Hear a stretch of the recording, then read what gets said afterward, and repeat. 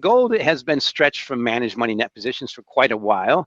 A lot of those things have been lightened up and going in ETFs. So this is just liquidation. I think gold is first supports around 3,000. I don't think it stays much below that. The paradigm shift that's happening in the market of just a little bit more deflation finally accelerating in the U.S. stock market, people finally getting it, is good for gold. But this is a little bit of long liquidation. I mean, gold's been one of the best performing major assets this year. It was outperformed by copper, but we know what's happening to copper. It's going down. So just some liquidation. I think it'll stabilize and eventually head to 4,000. The key thing is if U.S. stock markets drop into S&P 500 towards 4,000, which I think that's good for gold to head towards 4,000. But again, that's very much significantly deflationary. And on the year right now, that U.S. Treasury long bond like TLT is up about 7%. Gold has experienced some recent selling, primarily due to long liquidation and shifts into ETFs, but it remains strong. The first support level is approximately $3,000, unlikely to fall much below that. Despite this dip, gold remains one of the top-performing significant assets this year. With signs of deflation picking up and U.S. stocks potentially heading lower, if the S&P 500 drops to 4,000, gold could climb to $4,000. Meanwhile, long-term U.S. Treasury bonds have quietly gained around 6 to 7% this year, reflecting a deflationary trend that's ultimately bullish for gold. The speaker, McGlone, a seasoned senior macro strategist at Bloomberg Intelligence, analyzes that the current macroeconomic landscape suggests we're entering a period of significant deflation, driven by a sharp correction in overvalued U.S. equities, weakening global trade, and surging demand for safe haven assets like gold. With risk assets faltering and bond yields peaking, investors are rotating into gold, viewing it as a stable store of value amid heightened uncertainty.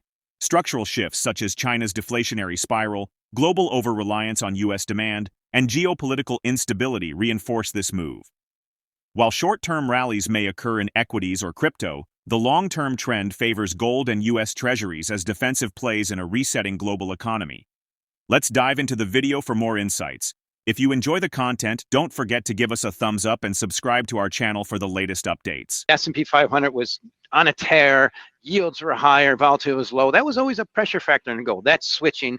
So investors are flipping towards gold. They're getting it. We've already seen the central bank buying, so I'm still quite bullish gold. I think this is just a blip in the trend. But what happens sometimes is you need one day to flip the narrative, and I think everybody gets it now. Risk assets, most notably risk assets, are for sale on rallies. Yes, that means they're going to be sharp short covering rallies. But gold, I think, is going to be bid on bought on dips, maybe around 3,000. The key thing that really triggered me is when Bitcoin hit $100,000 on that massive frenzy. That was a signal to buy gold, sell Bitcoin. And it's very similar to me in risk assets. It was very similar to me that when the NASDAQ printed 5,000, NASDAQ Composite in 2000, right about 25 years ago. And the key thing I like to point out is gold is great. It's zero correlated. In fact, it's negative correlation in stock markets increasing, increasing, the negative correlation increasing. Yet the correlation of Bitcoin, it's worthy of the deflation that normally comes from the inflation that we had to the peak in 2022. We still haven't wiped out yet, and it's way overdue. Now we have a worthy catalyst for just reverting of the rapid advance of risk assets. So the thing that's working against our new Trump administration is they came into office with the U.S. stock market cap versus the rest of the world, the highest ever. We go back 50 years on that. Stock market cap to GDP, the highest in 100 years. Volatility at extremely low levels.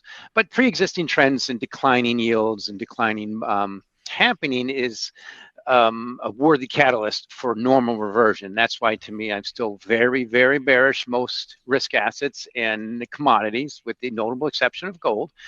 But the thing is, that's right now only within a normal cycle. What commodities always do, they get cheap after getting too expensive. To make it clear, it's massively deflationary, because you look at the nuances of maybe, okay, it's a couple goods and services, just goods mostly, picks up the total trade balance in this country, imbalance is $1 trillion about. So let's say $1 billion, let's do the math. So far this year, the market capitalization of the stock market has dropped almost about $5 trillion. That's many X's of what the kind of inflation you might get from good. That's the most significant deflationary forces. The deflating U.S. stock market, I'm saying, and from a market cap to GDP basis, it's the highest in 100 years. and it's just reverting now. So if we give back, we've already given back about half of last year's $12 trillion. That's deflation just getting started. So it might not show up in the numbers right away, but it's showing up in the bond market, and they get it. 4.04 in that U.S. Treasury note, which, by the way, is still over 230 basis points above what we see in China, 1.72. And I just have to remind people, I traded Japanese government bonds in 1995, and I've seen this before. Deflation on a global basis is accelerating. China is really pressuring it lower. And once that U.S. stock market goes down, it's kind of 1930s type deflation, just getting started. But it's normal. The book Price of Time by Edward Chancellor just pointed out we always get deflation after inflation, most notably when we pump liquidity. And also, I just love that book by Jeff Booth, The Price of Tomorrow, pointing out the deflationary forces of rapidly advancing technology. Just look at all this rapid technology that's being exported out of China, and the U.S. has to put tariffs on it to prevent, the collapsing our U.S. the automakers, because they make better cars and are much cheaper. I think he's missing one key thing. The rest of the world has become increasingly dependent on net exporting to the U.S. for decades. And what President Trump did, and his Robert Lighthizer pointed out he would do, is trying to offset that. The key thing I always like to point out is when you have the world's largest demand pull economy, say U.S. versus Canada, it's impossible for Canada not to run a surplus, sending more goods to U.S. So even that out is the U.S. have an average 10% tariff. That evens it out. I mean, if I go to the Ritz, I have to pay to park. If I go to Hotel 6, I don't have to pay. Just that's life. The thing is, now we're learning this. I mean, remember, I'm from the Rust Belt. I don't have any sympathy for all the people. I saw the deaths and the divorces from people losing jobs. It's not just that, but the markets, the point is, this is we are looking forward. So one thing Peter Schiff, I think, is missing. I'm still bullish gold. The key thing I want to mention is I was on a crypto chat the other day, and I was pointing out how bullish I am gold and how bearish I am cryptos. And the quote is, they said, "Oh, you sound like Peter Schiff." I took that as a compliment because he's a perpetual gold bull. He really missed out on Bitcoin. He admits that. But now everything is going his way, at least for gold. The key thing he's missing, though, is there is virtually no demand pull forces out of China. China's in a deflationary spiral, just like Japan was in the 90s. It's some combination of when the Soviet Union and Japan peaked in almost 30 years ago. Is what's happening in China. Who are they going to export to? Germany is an export predator. Basically, they 50% of their GDP is export.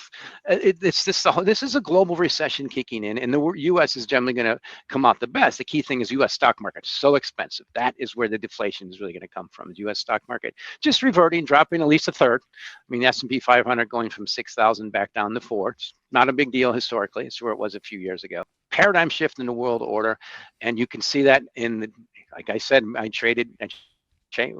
saw that in Japanese government bonds in the 90s, right near that 10-year note yield in China at 1.72. You can't hide the math, but that's a sign of where things are going as far as deflation.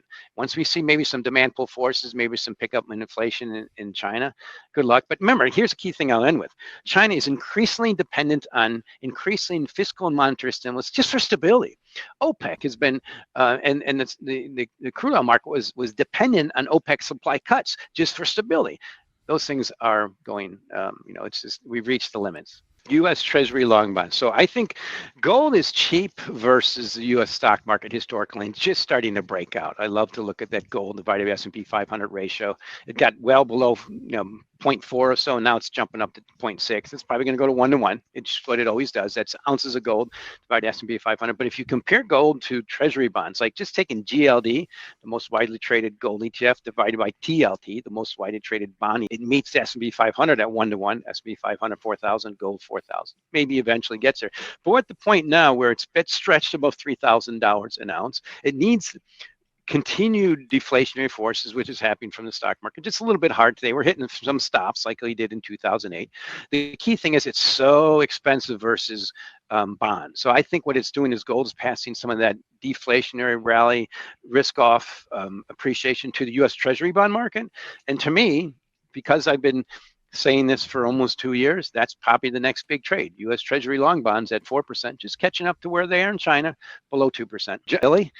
And the gold bugs like to say it, and nothing against. I think it's silly to say that. The difference is Japan's an island, and it exists because the U.S. decided not to wipe it off the map, and just think of the facts. And it's become wealthy because it's exported to the U.S.